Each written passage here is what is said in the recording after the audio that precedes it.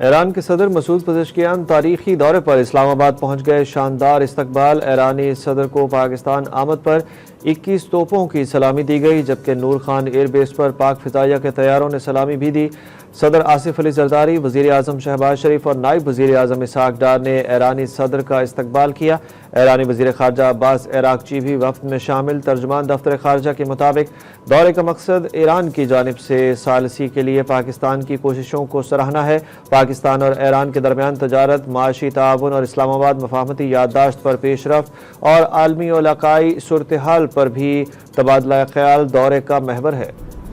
امریکہ اور ایران کے تکنیکی مذاکرات سوئٹزرلینڈ میں مکمل۔ جوہری معاملات، معاشی پابندیوں اور تعمیر نو پر 4 اہم ورکنگ گروپس قائم کرنے پر اتفاق۔ نتن یاہو کا ایران کے ساتھ جنگ ختم نہ کرنے کا اعلان۔ ایران کا منجمد فنڈز میں سے $12 ارب جلد ملنے کا دعویٰ۔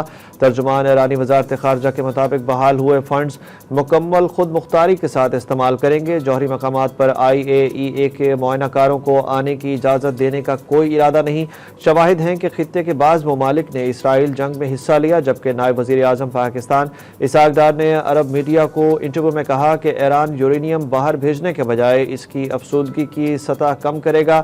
دوسری جانب ٹرمپ نے دھمکی دیتے ہوئے کہا کہ ایران نے معاہدے کی پابندی نہیں کی تو جو کرنا ضروری ہوگا وہ کروں گا۔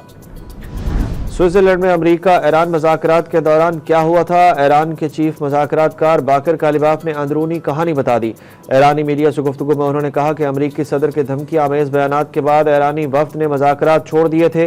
ہم نے JD وینس سے کہا کہ ہم یہاں مذاکرات کے لیے آئے ہیں۔ دستخط شدہ مفاہمت کے پہلے نقطے کے مطابق کسی قسم کی دھمکی یا دباؤ نہیں ہونا چاہیے۔ ایران نے واضح کیا کہ ثالثوں سے بات کرے گا۔ امریکہ وفد سے براہ راست مذاکرات نہیں ہوں گے۔ 80 منٹ کے مذاکرات اور مشاورت کا نتیجہ پاکستان اور قطر کی جانب سے جاری کیا گیا۔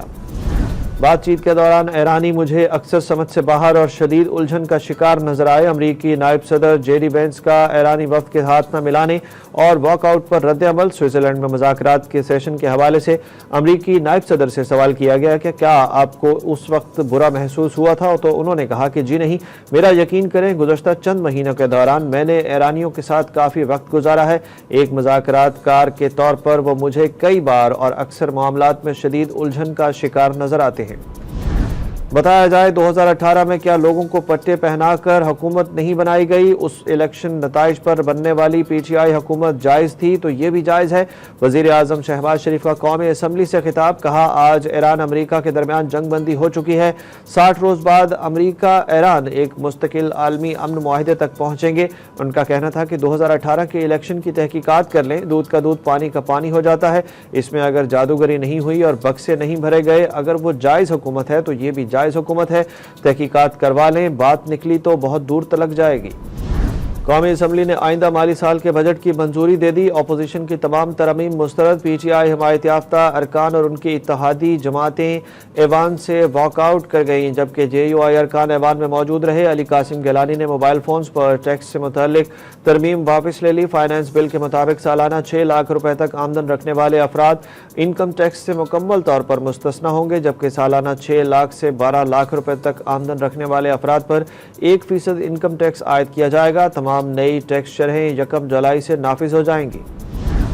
حکومت نے 1 جولائی سے گاڑیوں کی مختلف کیٹیگریز پر عائد ٹیکسز میں رد و بدل کر دیا۔ فائنانس بل کے مطابق مختلف کیٹیگریز کی درآمدی گاڑیوں پر ڈیوٹی اور ٹیکسوں میں نمایاں کمی۔ 850 cc سے 1800 cc گاڑیوں پر ڈیوٹی اور ٹیکسوں میں 24 سے 82% کمی کر دی گئی۔ نئی آٹو پالیسی کے تحت 1800 cc تک کی گاڑیوں پر اسپیشل ایکسائز ڈیوٹی عائد نہ کرنے کا فیصلہ بھی شامل ہے۔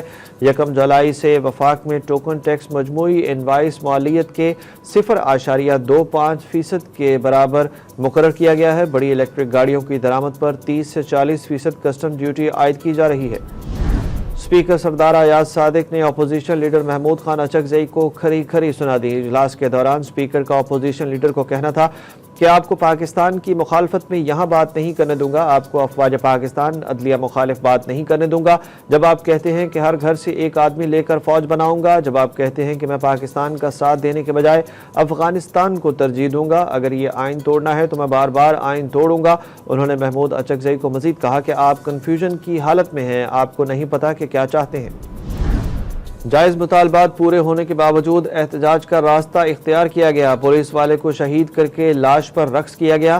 آزاد کشمیر میں سامان ترسیل کرنے والے ایک ٹرک کو بھی جلایا گیا۔ آزاد کشمیر کے چیف سیکریٹری اور آئی جی کی پریس کانفرنس۔ آئی جی لیاقت علی ملک نے کہا کہ شرپسند عناصر آزاد کشمیر کا امن داؤ پر لگا رہے ہیں۔ آرمی کے شہداء کے بارے میں نامناسب الفاظ استعمال کیے گئے۔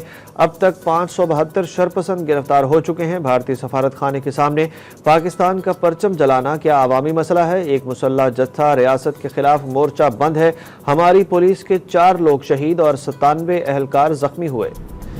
بشرا بی بی کو عدالت سے بڑا ریلیف مل گیا۔ اے ٹی سی راولپنڈی نے 26 نومبر احتجاج کے 29 مقدمات میں بشرا بی بی کی عبوری ضمانتوں میں 11 جولائی تک توسیع کر دی۔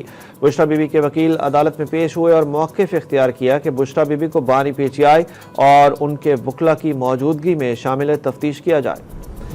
اے آئی حکومتوں کے لیے خطرہ قرار، 5 ممالک کے انٹیلیجنس اتحاد فائیو آئیز نے خبردار کر دیا۔ الجزیرہ کی ایک رپورٹ کے مطابق دنیا کے 5 ترقی یافتہ ممالک امریکہ، برطانیہ، کینیڈا، آسٹریلیا اور نیوزی لینڈ کے انٹیلیجنس اتحاد نے خدشہ ظاہر کیا ہے کہ اے آئی کے ذریعے سائبر حملوں کا خطرہ اب سالوں نہیں بلکہ مہینوں کی دوری پر ہے۔ ایڈوانسڈ اے آئی ماڈلز حکومتوں اور اہم بنیادی ڈھانچے پر سائبر حملوں کو ڈرامائی حد تک بڑھا سکتے ہیں۔ اداکار مامیہ شاہ جعفر اور ارسلان بٹ تنازع کا ڈرامائی موڑ، فریقین میں عدالت سے باہر ہی صلح ہو گئی۔ دونوں نے تمام قانونی کارروائیاں واپس لینے پر اتفاق کر لیا۔ پیش رفت کا اعلان ارسلان بٹ نے انسٹاگرام پر کیا، جہاں انہوں نے دونوں فریقین کے درمیان طے شدہ معاہدے کی کاپی شیئر کی۔ انہوں نے سوشل میڈیا صارفین اور مختلف ڈیجیٹل پلیٹ فارم سے درخواست کی کہ اس معاملے پر مزید بحث سے گریز کیا جائے۔ میسی کا جادو برقرار، ارجنٹینا ناک آؤٹ مرحلے میں پہنچ گیا۔ ورلڈ کپ میں گزشتہ 24 گھنٹوں کے دوران اہم مقابلے، دفاعی چیمپئن ارجنٹینا نے آسٹریا کو 2-0 سے شکست دے کر راؤنڈ آف 32 میں جگہ بنا لی۔ میچ میں میسی نے ورلڈ کپ کی تاریخ میں سب سے زیادہ گول کرنے کا اعزاز بھی حاصل کر لیا۔ ان کے مجموعی ورلڈ کپ گولز کی تعداد 18 ہو گئی۔ دوسری جانب فرانس نے عراق کو 3-0 سے ہرا دیا۔ الجیریا نے اردن کو 1 کے مقابلے میں 2 گول سے شکست دی۔ ناروے نے سینیگال کو شکست دے کر پہلی مرتبہ ناک آؤٹ مرحلے کے لیے کوالیفائی کر لیا۔